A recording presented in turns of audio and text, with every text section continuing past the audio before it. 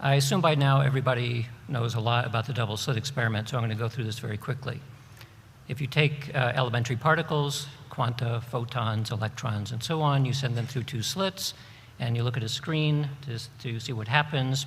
If you don't know which of the two slits the particle went through, then you get an interference pattern. And this, of course, works just as well if you're sending a single photon or single electron at one time. The mystery is that as soon as you do know, by any means, which of the two slits the particle goes through, then you get a pattern that looks like it's particles. This is, of course, leads to the famous wave-particle duality. And in a much more practical sense, it leads to this sort of thing. The caption says, it says the cost of the flight went up because we acknowledged its existence. So there's something peculiar about observation.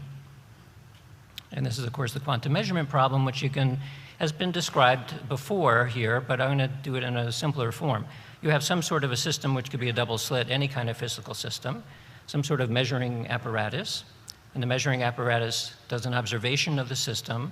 From a quantum perspective, you take the tensor product between the two quantum systems, the two physical systems, and you end up with a system and the measurement apparatus no longer being independent. So we can say that the two physical systems are entangled. So from a quantum perspective, we're just dealing with complex waves. There's no particle-like behavior yet. John Bell made this sketch to illustrate the problem. Well, where does the measurement end? So if you imagine that you have a photon and it goes through two slits and it hits a screen, you might have a photodetector, and then you might have a counter that looks at the number of times that the photodetector goes off, and then the human eye and the human brain. All of those are physical systems. All of them are therefore quantum. Well, why do we see a particle? Why does observation make a difference? So this is sometimes called the von Neumann chain or the Heisenberg chain. Where is the cut made? When does quantum become classical? John von Neumann said that the measurement chain ends only when knowledge of the measurement is registered by what he called an extra-physical factor. In other words, you can't use another physical system to end the chain because it just becomes more quantum. So you need something extra-physical, by which he meant consciousness. And he wasn't alone in his opinion. Almost all of the founders of quantum mechanics said something like this in various ways, but go all the way back to Bohr and even Planck. They all said something like this, and this continues to the present day, as you know. This is today a minority opinion within physics, but nevertheless, it has a pretty prominent background. So I've been aware of this, of course, and everyone offers theories about consciousness, but nobody does anything about it when it comes to this particular problem, the measurement problem. So what we did in the laboratory is we built a double slit system, and fortunately it's a very simple type of a system. You have a laser, you have a filter, you have a double slit, and you have a camera that looks at the result. So the only new element in this experiment is that we ask people, in this case like a meditator, to keep the double slit in mind and to imagine in their mind's eye that they could see which of the two slits that the photon went through. This is, as far as we could tell, the only way of directly testing whether consciousness is actually collapsing the wave function. So this is what the apparatus looks like. The tube sticking out of the long box there is the far end of the helium neon laser, and the double slit and the camera are inside the box, so it's a sealed system. You can't see it with your eye, you can only use your mind's eye. This is the camera. It's called a line camera, and this particular one is 3,000 pixels long in a line. And what the camera sees is an alternating band of light and dark. This is the interference pattern. When you look at this in software, you can say, well, how bright is each band? And you get a picture that looks something like that. Does that show up? Yeah. So you get this sort of Gaussian-looking shape, and that's the way of looking at the interference. So if we start with that pattern in picture A, you can do a Fourier transform, which is picture B, and the peak in the middle is now the double slit spectral power. And this is the way we initially started doing these experiments, with looking at the power spectrum. And this is convenient because, again, we ask someone who, in this case, in the laboratory is 2 meters away from the sealed optical system. We ask them to keep the double slit in mind. And then the measurement is very simple. We predict that if observation is doing something to the interference pattern, that the double slit component of that interference will go away, or at least it'll go down. In addition, because this is an abstract task, the double slit itself is about, each slit is 10 microns across. And if you simply hold up the double slit to somebody to have them look at it, they may or may not even be able to see it. So it's difficult for some people to imagine that they can, in their mind's eye, see what's going on in that space. So we do a real-time analysis of the double slit power, and we use that to adjust feedback tone. So if you have somebody doing the task, they could look at a screen, which is showing a signal, or they can simply do it by listening to the tone. And generally what we do is we have like a droning tone, and we ask the person to make the droning tone louder, make it just louder, because it's a very pleasant tone. And then that if they would know that they were succeeding through that tone. This also provides a way to focus their mind on the task at hand, because mind wandering is always a big problem.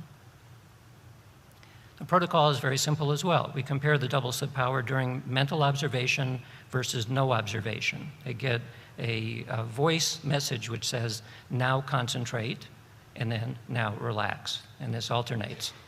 We do the observation periods for 30 seconds, and the rest periods are 30 seconds, plus or minus a random 5 seconds, for reasons I'll mention later. This is repeated in a typical session 40 times. So the whole session lasts 20 minutes. And the measure that we're interested in is a differential measure. We're asking, what is the double slit power while observing versus while resting? So that, and there are many ways of doing the statistics. We generally present it in terms of a z-score, or an effect size. So we did our first experiment in this form. This was for 35 sessions, 20 minutes apiece, 15 people contributed it. Overall, you can see the mean and 1 standard error.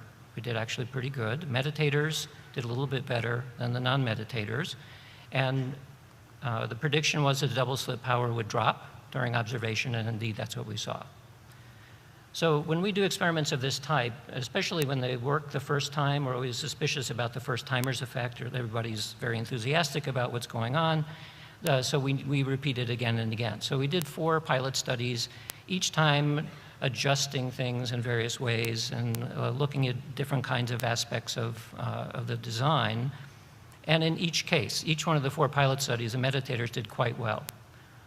If you just combine everybody, the green dots are the overall result, and in some of the experiments, the non-meditators did not do very well. They tend to mind wander pretty quickly. So there's as you remember, there's a 30-second period where you're asked to do this abstract task of putting your mind in a box at a distance. And they can do that for about 4 seconds, and then they can't do it anymore. So the overall result of the pilot studies was this. You see, again, overall, we got a pretty nice effect. Meditators did quite well. Non-meditators overall got actually close to chance. And we ran the same system. And this, by the way, was 250 20-minute sessions, 137 people. And we ran the same system again and again as controls, which are the white dots. And we don't see any artifacts within the hardware or software or analytics that would suggest that there's some kind of bias in the system.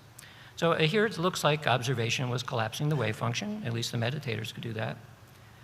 And the control tests, we don't see any effect.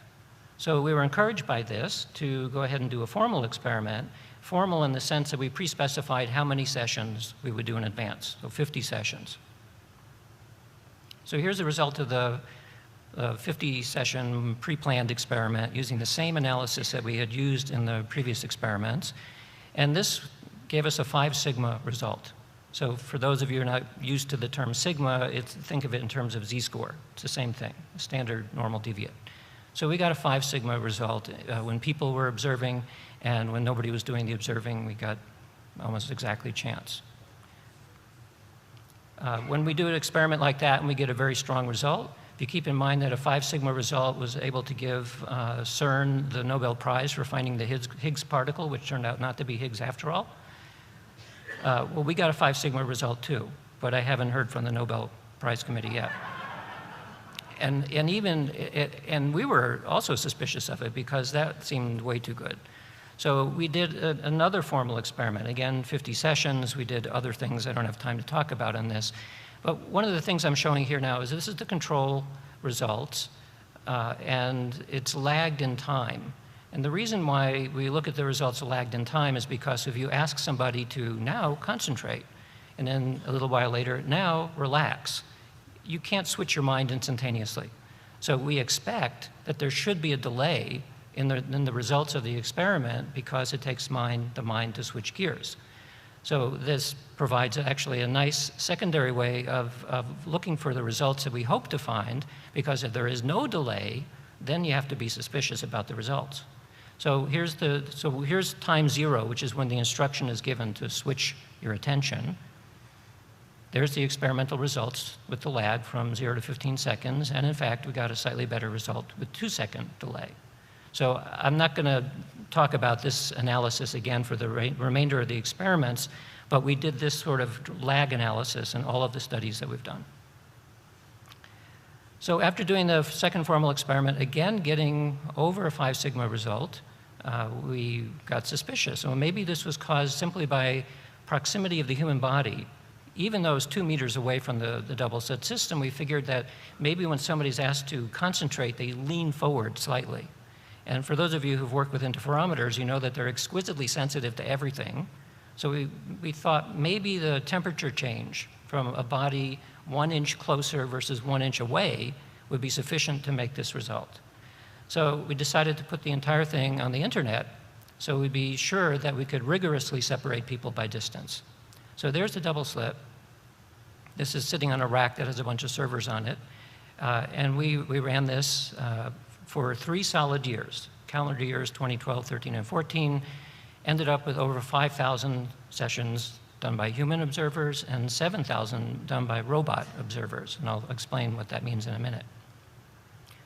So when somebody would sign on to our website, this was a public site, by the way, we got people from around the world to do this, in a non-observing condition, what you would see is this blue rectangle on the browser screen and simply saying, please relax. And you'd hear no sound. And then it would switch. You'd hear a voice saying, now, please concentrate. And then you would start seeing this line move along the screen. The instructions were to make the line go up. And you would hear a kind of a whistling sound that was a tone. And the tone would go up and down as the line went up and down. And we did that so, again, you could do this experiment with your eyes closed. There were also lots of checks and balances built in here. We knew, for example, if somebody left the experiment while it was going. And we would then we'd restore all the data, but we'd mark it as this was an experiment that was not completed by a person. For what we call the robot experiment, it was a Linux system which was designed to simulate a human. Now, the beauty of this is that everything was exactly the same as far as a double slit system was concerned because it didn't know, we think, it didn't know whether a human was looking at it or a Linux system because they both came through the internet in the same way. So we have very nice control for human observation versus we don't know whether a Linux system is conscious or not, but if it is, it probably doesn't have the same level of consciousness as a human. So here's the interference pattern. This is the central portion of the interference pattern that the camera would see. What we did on this was a simpler measure than we did before, and this is called fringe visibility, which looks at a peak and a trough, and it measures the relative difference between the two. And this is nice because if you work with lasers, you know that they're not amazingly stable. Some of them are more stable than others. We were using a helium neon gas laser, which is known to do things like mode hopping. Power levels will slightly change. And you have to jump through some statistical hoops in order to reduce the effect of that mode hopping. But for fringe visibility, you don't need to worry about that so much because this is now a relative measure and takes into account that there may be fluctuations in power. So it's a more sensitive measure as well. So the prediction is fringe visibility while you're observing would go down. So it's somewhat similar to expectation that double slit power would go down. In this case, it's fringe visibility. So this is the result of the sessions in 2012. There are 2,303 sessions done by the Linux system. These are the middle 20 fringes of the interference pattern. And it shows in terms of z-scores where it was. There's one or two of them that were around 3 sigma, but overall it was pretty close to chance. And this is what we got with human observers. So some, again, approached 5 sigma differences. That was 2,089 sessions by 689 people around the world. So what's nice here is they're able to look at yet another issue, which is, does distance matter? So this is the distribution of the effect sizes from where we were in California to the farthest that you can get from our laboratory, which is South Africa, which is 18,000 kilometers away. And so we did a linear regression. It turns out to be flat to 6 decimal places, but not null. It actually, that line looks like it points at 0, but it's below 0. That's why we end up with a significant effect. So the observer effect is independent of distance. We then, again, in every case when we do an experiment and get a result like that, we don't believe it ourselves and have to replicate it just to convince ourselves that it's real. So we did it again the calendar year 2013 and 2014. So here are 5,700 sessions of the controls. So this is now a cumulative deviation plot. So cumulatively, you should expect that the deviations that you see in this experiment should sort of hover around 0. There shouldn't be any systematic deviation, and there isn't. There's a slight positive movement in the 2013 data, but not in 2014. This is the controls. Then we look at the experimental results.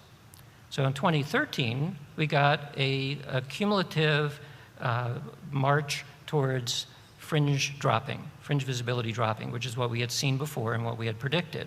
But 2014, it just kept getting more and more positive. And this was a big puzzle. As far as we could tell, the system was the same. It's turned on and has left on for the entire year. It's never turned off. The program is the same. Everything was the same. And when you do the statistics on it, sure enough, it completely reverses. So this was a big puzzle. It took about a month for me to figure out what was happening here. And the reason why it reverses is this, that when you think about conventional coordinate system, because remember that the way that we present the feedback here is a squiggly line that moves on a graph. And going up on the graph was linked to feedback that fringe visibility was dropping. So that's the way that we had set it up in 2013. In 2014, we decided to slightly change it a little bit with the hopes of making the feedback a little better. But we forgot something. A conventional Cartesian coordinate system looks like this. But in Adobe Flash, it's upside down. And we wrote the browser, the client program in Flash. And we forgot that you have to reverse the sign. Well, why does Adobe do that? It's like it's backwards. Well, it's because it goes back to the old days when we had CRTs with a raster scan, and it would start from the top and go down. And so they left that code in to the Adobe system, and so you simply have to remember that you need to reverse signs, which we forgot in 2014. So it meant that in 2014, the feedback was reversed, and the results were reversed.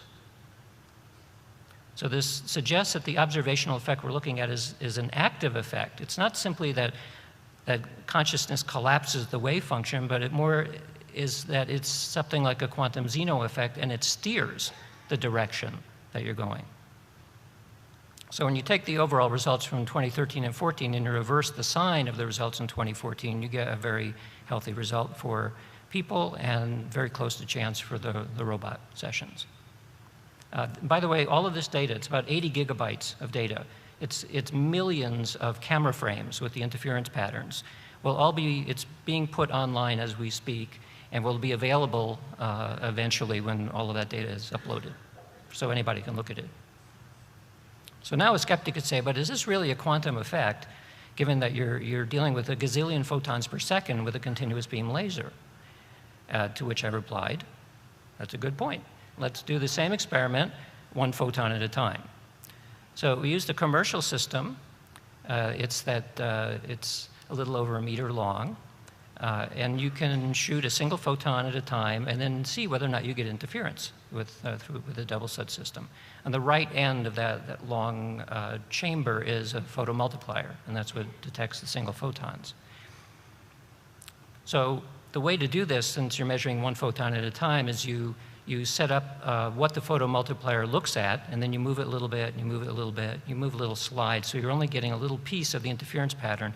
And as you move that back and forth, you can actually trace out an interference pattern, and that's what you see here. And you see by the error bars on it that it's very tightly controlled.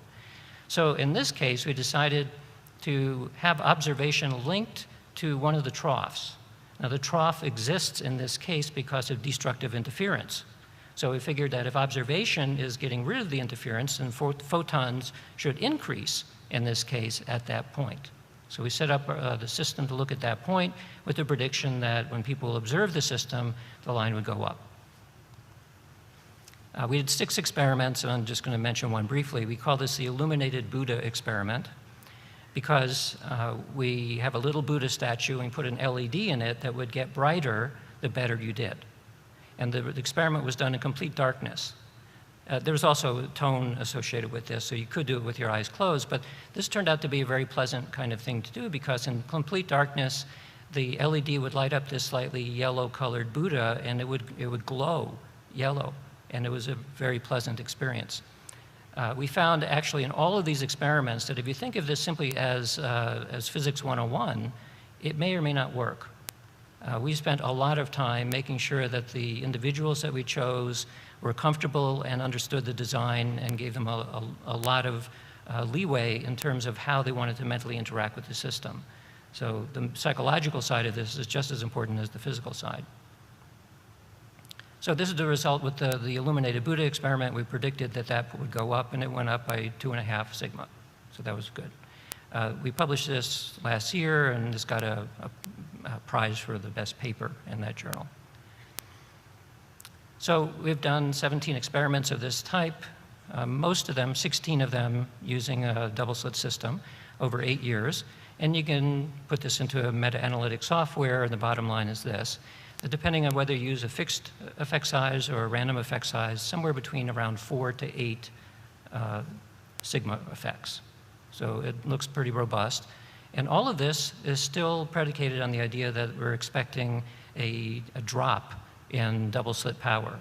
So in the case of 2014 on the online system, actually the results went in the other direction. So I'm not taking into account variance effects.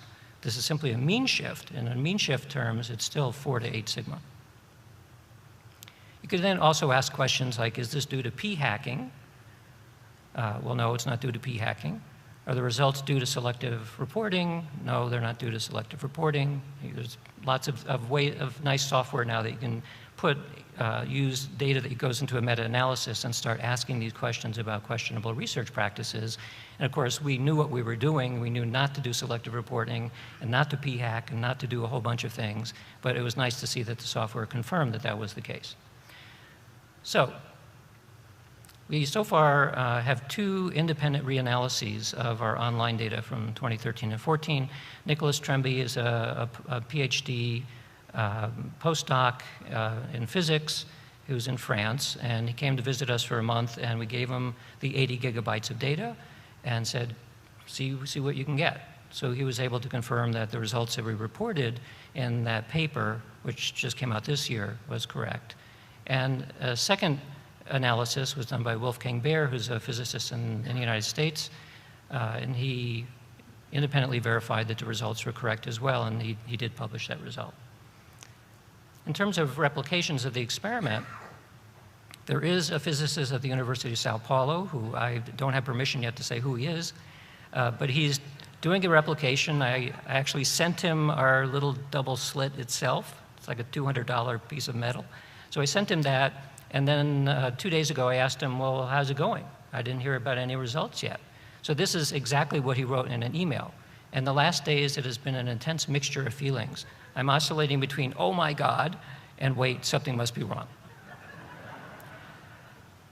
And this, by the way, is pretty similar to the results, to the same feelings that we had when we were doing these experiments, because you don't often get results that are 5 sigma in any experiment, but it was showing up here. So the reason we kept doing replications is exactly the same sentiment that this physicist is saying. So he's going to visit us starting next week, and will remain for the month of May, and we'll go over in fine detail of his analysis and his methods to see whether he should be leaning towards, oh my God, or something must be wrong. What are other explanations for the results that we've been seeing in this? Well, first of all, maybe there's something idiosyncratic about the apparatus that we used. Well, we've used 4 double-slit systems. We get pretty much the same result in all of them. Vibration is always a problem when you're dealing with interferometers because it's extremely sensitive to vibration. Most of our experiments were conducted inside our electromagnetically shielded chamber, which is solid steel, double-walled, and 2,800 pounds. So normally you'd have an optical table, a very heavy one, that would damp out vibrations. In this case, it was as though we were running inside an optical table, because 2,800-pound table is very good at damping out vibrations. Another problem that may result is that since we're using 30-second segments, that if power happened to fluctuate in a 30-second period, you can end up with an artifact. And this is why we use random timing on the non-observation periods between 30 to 35 seconds to decouple so that in case there was an external cycle, eventually it would wash out because we were no longer exactly at 30 seconds. Signal drift is always a problem as well. It was very small changes in temperature will cause interferometers to change, so when necessary, we would detrend the data. We measured temperature at the laser itself, the double slit, near the human, with multiple thermocouples, and we didn't find any effect due to temperature. We were very careful not to use parametric statistics on this. All of the stats were based on our parametric bootstrap statistics, which take into account funny business that may be going on in terms of the distribution of data. I mentioned that there are 2 independent analyses so far. We know it's not p-hacking, we know it's not selective reporting, and independent replication is underway. So common questions on this that arise. How do we know that the participants are actually performing the task? Well, as in any psychology experiment, you kind of have to assume that they're following instructions, but you don't really know. That's why you run lots of sessions with lots of people. In this case, though, because we also have the capability of doing neuroscience, we took advantage of the fact that alpha desynchronization is associated with focused attention. So we predicted, while people were doing the experiment, we took their EEG, and we predicted a correlation between the amount of alpha desync and changes in double slit power. And we, in fact, got a significant correlation of the type that we predicted. How come no one has noticed this before? Well, 2 reasons. One is that no one's looked for it, and the second is that the magnitude is very small. The magnitude of this effect is a very small fraction of 1%. So if you were not thinking that something like this could happen, it would simply look like noise. It's not noise in our case because this is exactly what we were looking for. So what's the response to this so far? The response is this. And the reason is clear. It's because extraordinary claims require extraordinary evidence, and in this case requires dozens of independent replications for people to start believing this, and there aren't any replications yet, except maybe the one in Sao Paulo. So if there aren't any replications, then why should anybody believe me? Well, as Johnny Depp tells us, it's actually not true that there are no replications. If you look at 1977, Abner Shimoni and his team at Boston University did an experiment on the same general idea to see if consciousness would collapse the wave function. And they did some different design. They didn't use an optical system like I did, but they did 554 trials with a 50% chance hit rate, and they got exactly 50%. So they kind of lost interest in it. But they mentioned in their paper that somebody else did the same experiment, and they got a 60% hit rate, which you think might have encouraged them to actually do it again, but they didn't. So it just sat there.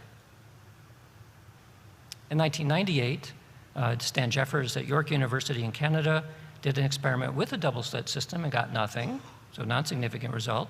But Mike Ibbison used the same apparatus at Princeton, and he did get a significant result. So what we have now are 2 out of 4 tests that were successful, and that's it? Well, it turns out, no, we want more. We always want more. So many of you may be aware that for many years, people have been using electronic random number generators where the numbers, the basis of the randomness are quantum phenomena, either radioactive decay times or electron tunneling or other phenomena. Like the one in the upper right there is using photons that hit a mirror, a half-silvered mirror, and either go straight through or bounce off to the side, which is a quantum random effect. So people have been using these things for almost over 50 years now. To give an example, 1985, Bob, John, and Brenda Dunn at Princeton University did an experiment with a random number generator where they asked people to aim high, meaning make the generator produce more ones, or aim low, more zeros, or do nothing as a baseline. And they report highly significant results. And what was the reaction to that? Not good enough. And it's the same suspicion you always get, that it's one laboratory producing a result that is kind of outside the mainstream, so people are suspicious. So a couple of years later, Roger Nelson and I, when we were both at Princeton, decided to see, is it really true there's just one lab showing these results? Well, it turns out over a period of about 30 years, that there wasn't just one lab. There were 68 different investigators reporting this in 152 publications, not just one experiment, but almost 600 and 200 controls. And you look at the overall results on the controls, you get something that's very close to chance in terms of the mean shift. And in terms of the experimental data, almost a 7 sigma result. So there's replications. The same kind of analysis was done again in 2006, bringing it up to date, but only looking at a subset of about half of the studies that have been done using random number generators. And again, the sigma was somewhere between 3.6 to 4 sigma results. Now, the authors of this study suggested that the reason for those results was selective reporting.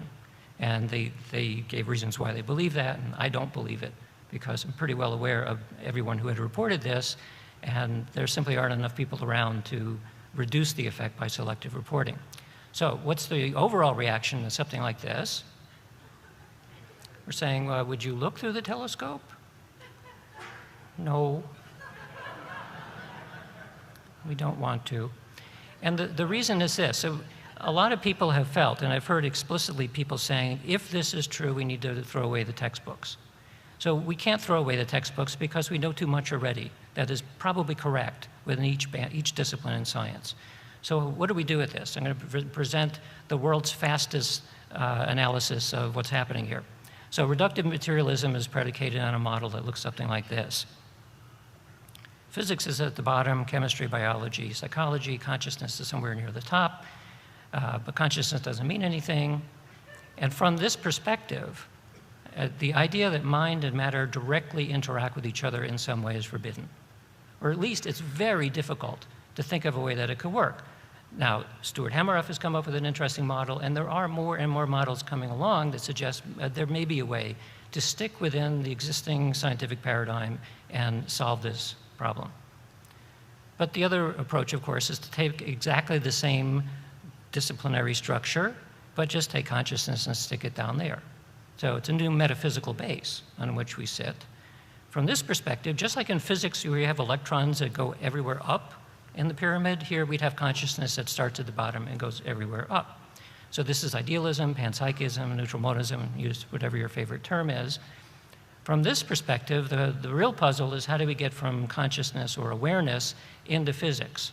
Because if you solve that problem, and there are people working on that too, well, then all the rest of it is perfectly fine. And we don't need to throw any textbooks away, except we're going to throw them away every 2 or 3 years anyway, because that's what happens. They're not thrown away completely, they're just revised. So in this case, mind-matter interaction actually is quite easy to explain. So here's my conclusions then. First of all, the role of consciousness in the physical world can be tested. It has been tested many times in many different ways. The results so far suggest that consciousness plays some sort of an active participation in reality. So we have lots of collaborators that have worked with us over the years, and a number of different funders. I'm going to leave this up for a bit. If you want references to all of the studies that have published, including many more studies, you go to tinyearl.com and that spot, and you can find it. It may be that this is the one that Newton missed, and I thank you for your kind attention.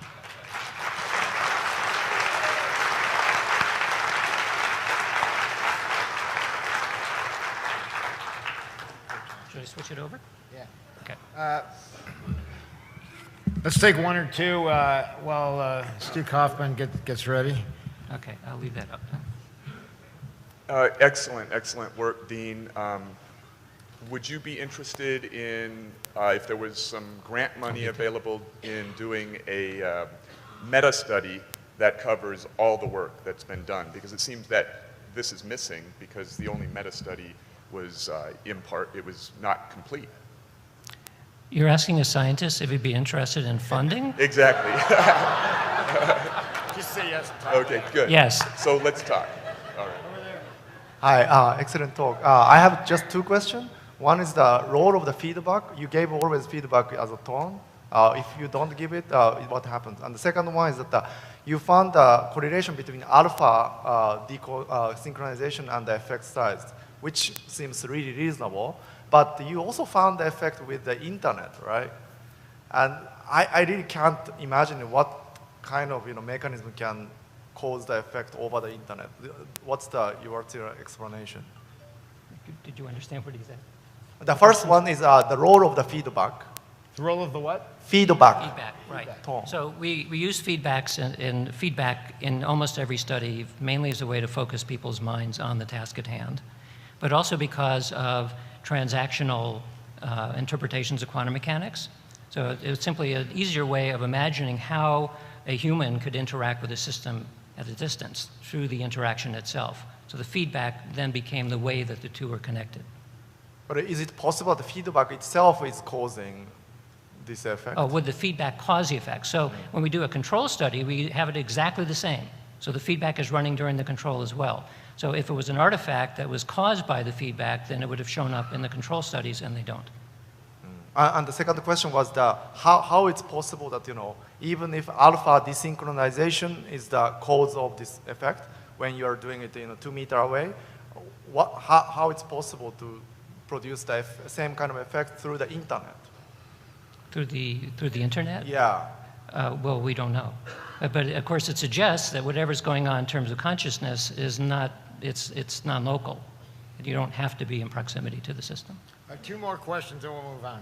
Dean, lovely talk, of course, but you mentioned the quantum Zeno effect somehow guiding somewhere in the middle of your talk. Could you just expand on that? I thought you were going to expand on that. I I thought you were going to talk about the quantum Zeno effect. I will talk about the quantum Okay, Zeno that's effect, good enough. but how Okay. does it guide in your... Well, how does it guide? I don't know. In this particular case, though, it's a well-known quantum phenomena that the means by which you're observing a system can push it in different directions. So in this case, we had feedback that basically reversed what we originally had seen, Okay, which got it. caused the reversal. Thank you.